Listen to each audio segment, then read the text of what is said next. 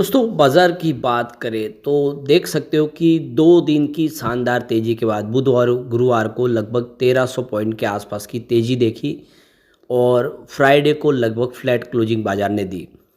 अब यहाँ पे देख सकते हो कि जो पिछले 3 सप्ताह से लगातार गिरावट का माहौल बना हुआ था, उस पे तो ब्रेक लगा।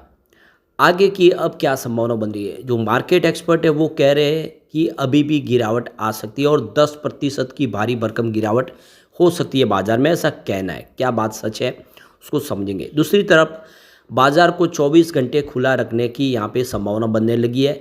नैस्डैक ने फैसला किया है, क्या इंडिया के बाजार को भी 24 घंटे खुला रखा जाएगा? क्या है अपडेट उसको समझेंगे। सेबी ने क्या कहा है उसको जानेंगे और आने वाले समय बाज़ार की क्या संभावना बन रही है, बाज़ार को लेकर कुछ जो लेटेस्ट अपडेट है उनको एक-एक करके डिस्कस करेंगे। लेकिन फ्रेंड्स उससे पहले अगर आप पहली बार हमारे चैनल पे आए तो चैनल को सब्सक्राइब कर दीजिए, एक बेल आइकॉन दबा दीजिए ताकि जब भी नया वीडियो बने पहला नोटिफिकेशन आपको मिले। वीडियो पसंद आए तो लाइक से ज़रूर कीजिए।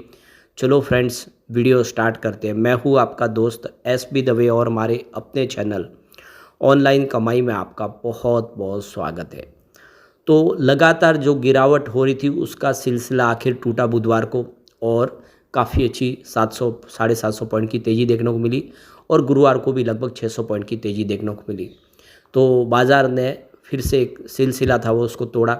7 मार्च को समाप्त हुए 2025 के अब तक की सबसे बड़ी साप्ताहिक बढ़त देखने को मिली और देख सकते हो कि बीएसई 1134 अंक की तेज़ी के साथ यानी 1.54% बढ़कर 74,332 के स्तर पे आ गया और निफ्टी में भी 427 पॉइंट की तेज़ी देखने को मिली यानी 1.93% निफ्टी दौड़ा और 22,552 के स्तर पे बंद हुआ।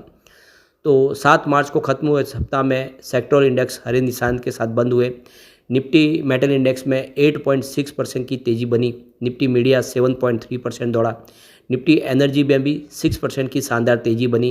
Nifty oil and gas index में 5.3% की तेज़ी बनी। तो निफ्टी पीएसयू बैंक इंडेक्स भी 5% दौड़ा।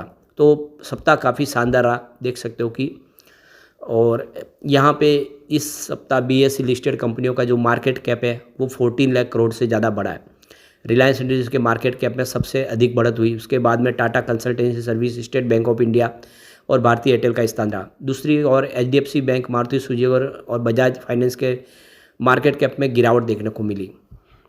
अब फ्राइडे की बात करें तो एफआईडीआई के आंकड़े भी आ चुके हैं।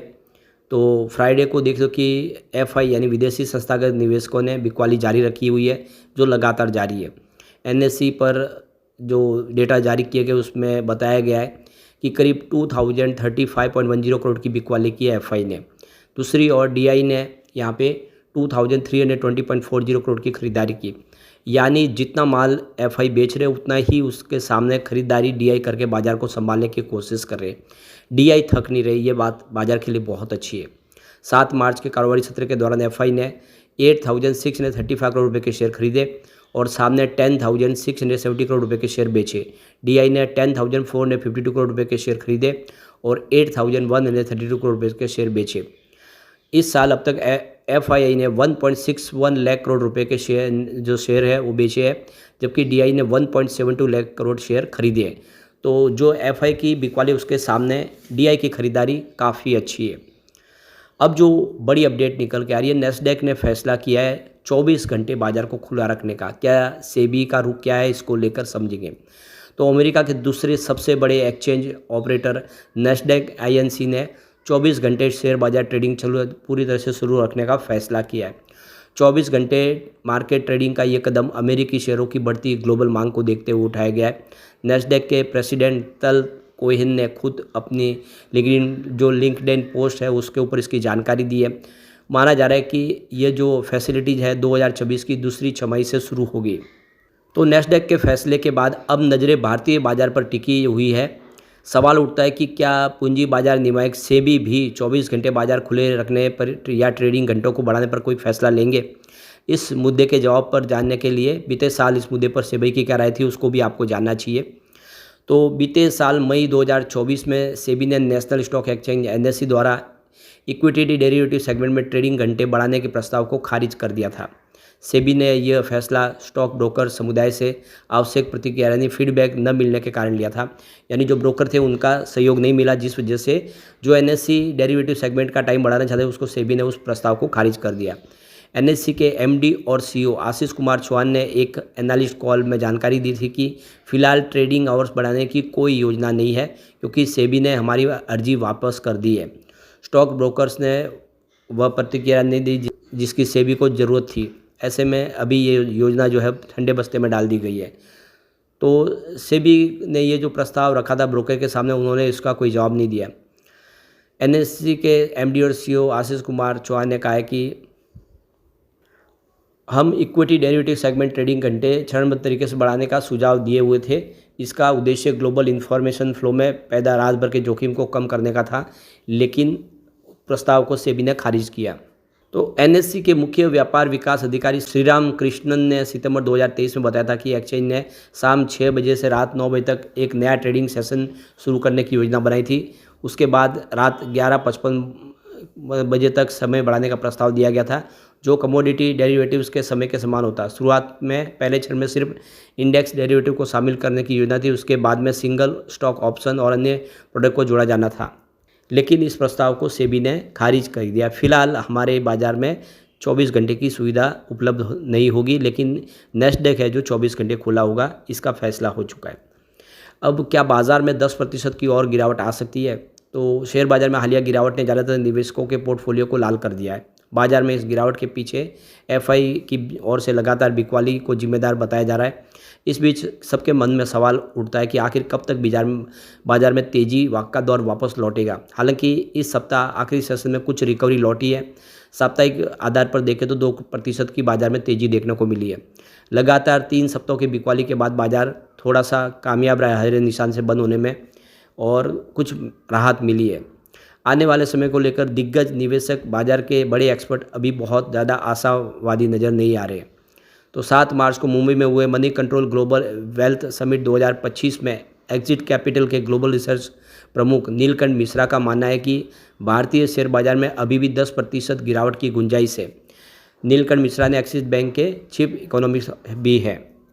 तो एक्सिस सिक्योरिटी के हिसाब से बाज़ार में 10% गिरावट अभी भी हो सकती है। उन्होंने कहा है कि बाज़ार में गिरावट का सबसे बड़ा कारण ये हो सकता है कि जीडीपी में तो बढ़ोतरी होगी, लेकिन मार्केट कैपिटलाइजेशन वही रहेगा। आने वाले समय में बाज़ार में वॉलेटिलिटी बनी रहेगी। मार्केट कैपिटलाइजेशन और जीडीपी के बीच एक सही अनुपात के बारे में बात करते हुए मिश्रा ने कहा है कि ऐसा कोई स्वस्थ स्तर नहीं है जो हर समय बाज़ारों के लिए निर्धारित किया जा सके। उन्होंने कहा कि हमेशा एक सीमा रहेगी, उसके भीतर बाज़ार कारोबार करेगा। पिछले 6 महीनों में बाज़ार में आई तेज़ गिरावट का एक बड़ा कारण भारतीय कंपनियों के प्रॉफिट में आई कमी है। शहरी क्षेत्रों में सुस्त सैलरी ग्रोथ, खपत में कमी, ऊंचे बेस कारोबारी साल 2025 के दौरान कंपनियों की आय में गिरावट की वजह से बाजार में सेंटीमेंट पर बड़ा असर देखने को मिला नेगेटिव। हालांकि उन्होंने ये भी कहा कि बाजार की इंफ्रा स्टोरी में मजबूत होने की वजह से ग्रोथ में सुस्ती का दौर कुछ और समय के बाद कम होगा। दूसरी तरफ दिग्गज निवेशक शंकर शर्मा ने भी बाजार पर मंदी का अनुमान जताया। उनका मानना है कि निफ्टी इंडेक्स सितंबर 2024 के अपने शिखर से अगले 4-5 साल तक शून्य रिटर्न देगा। देख सकते हैं कि जी क्वांट इन्वेस्टेक के संस्थापक शर्मा ने कहा है कि अगले 5 सालों तक बाजार आपको अपनी ओर से आकर्षित करता रहेगा। यह तेज़ी का बाजार अपने 5वें साल में है। भारतीय बाजार का जीवन काल 5 साल का होता है। अगर तेज़ी बहुत तेज़ गति से आई, जैसा कि हमने हमारे स्मॉल कैप शेयर उन मामलों में होता है, तो वो तेज़ी थकी हुई तेज़ी होती है जो थोड़ी ही सी परेशानी में गिर जाती है। इसलिए शर्मा का कहना है कि मैं 4.5 साल तक तेज़ी के पक्ष में था, लेकिन अब माहौल बदला है। मैं भारत में अभी भी निवेश है जो निकलने वाले नहीं है, यही इसकी खूबसूरती है। शर्मा ने कहा है कि आगे जुलाई 2024 में जब बाज़ार में ज़बरदस्त तेज़ी थी, अपनी हर चीज़ बेचने की कोशिश थी।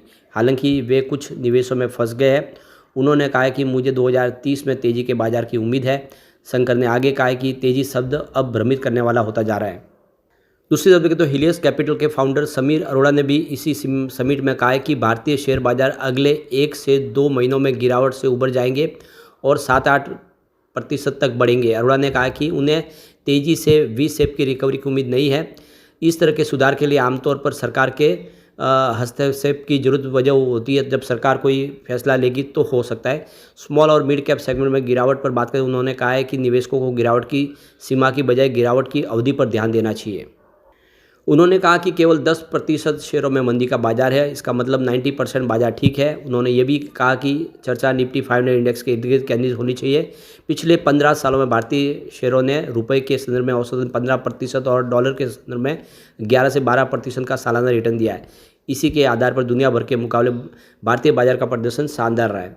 तो आने वाला समय थोड़ा सा डावाडोल रह सकता है, इस समिट में ये कहा गया है। लेकिन फ्रेंड्स, कोई भी इन्वेस्टमेंट करने से पहले अपने फाइनेंशियल एडवाइजर से एडवाइस ले ले या अपना खुद का रिसर्च करें, क्योंकि मैंने वीडियो आपके एजुकेशनल पर्पज़ के लिए ही बनाए। वीडियो पसंद आए तो लाइक शेयर जरूर कीजिए और चैनल को सब्सक्राइब कर दीजिए। Thank you friends.